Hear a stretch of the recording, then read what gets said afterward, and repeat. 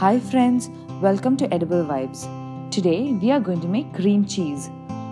Cream cheese isn't always readily available to us, but when we do find it, it's way too expensive.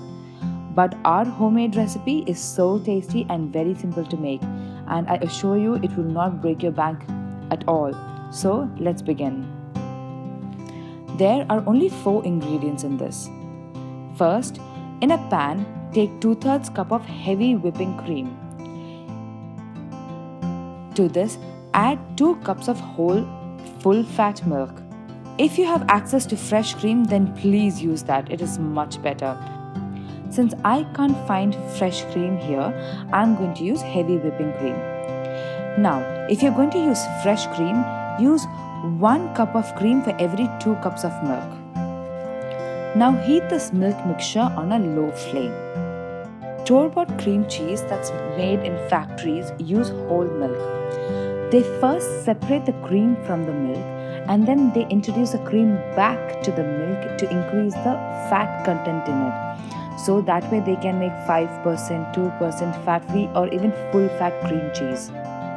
Then they add lactic acid to this to sour the milk. Then they strain the soured milk and then mold them to make cream cheese that we love. Now, the flavor of the cream cheese comes from the lactic acid and the salt they add. Now, you can flavor this in any which way you like. That's all up to you. You can be creative here. So, we are going to do the same thing. We have increased the fat content in the milk by adding heavy cream.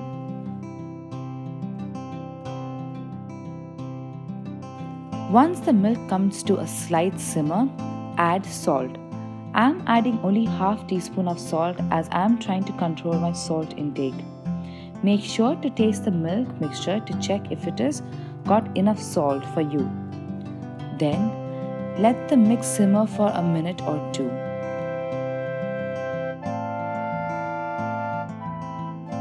Add 2 tablespoons of lemon juice. We are using lemon juice instead of lactic acid. Fun fact, heavy cream does not curdle.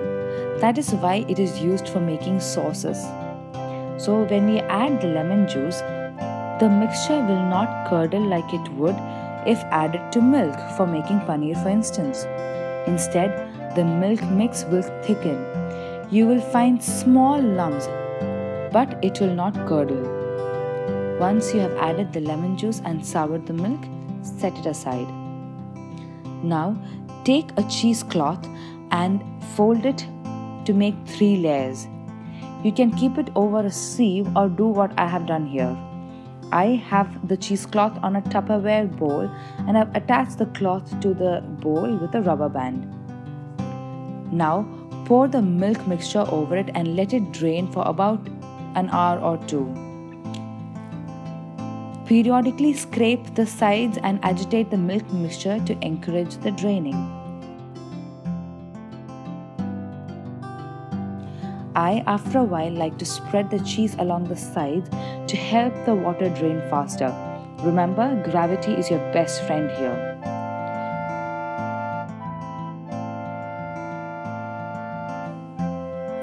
See how it is already thickening.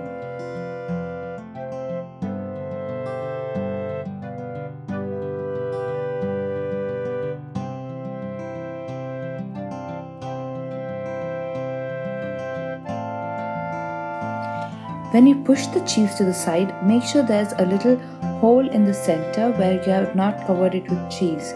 You can see all the water pooling in the center and dripping into the bowl. Before you take the cream cheese off the cheesecloth, pull it together and give it a nice tight squeeze.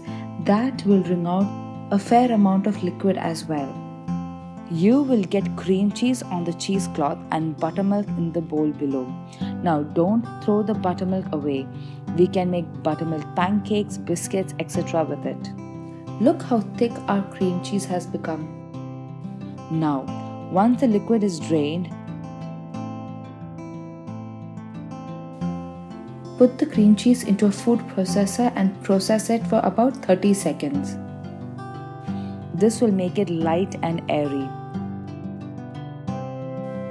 We got 166 grams of cream cheese from 2 cups of whole milk and 2/3 cups of heavy whipping cream. Transfer it into an airtight container and refrigerate it for about 6 hours to overnight. While transferring the cream cheese, it might look a little liquidy, but it will set in the fridge. Once set, your delicious cream cheese is ready. Make some cheesecakes, sandwiches, or enjoy it with some delicious bagels.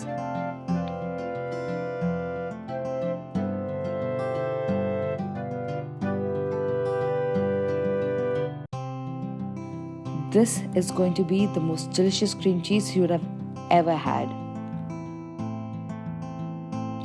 I hope you've enjoyed this recipe. Like, share, and subscribe for more recipes from us. Until next time, happy cooking.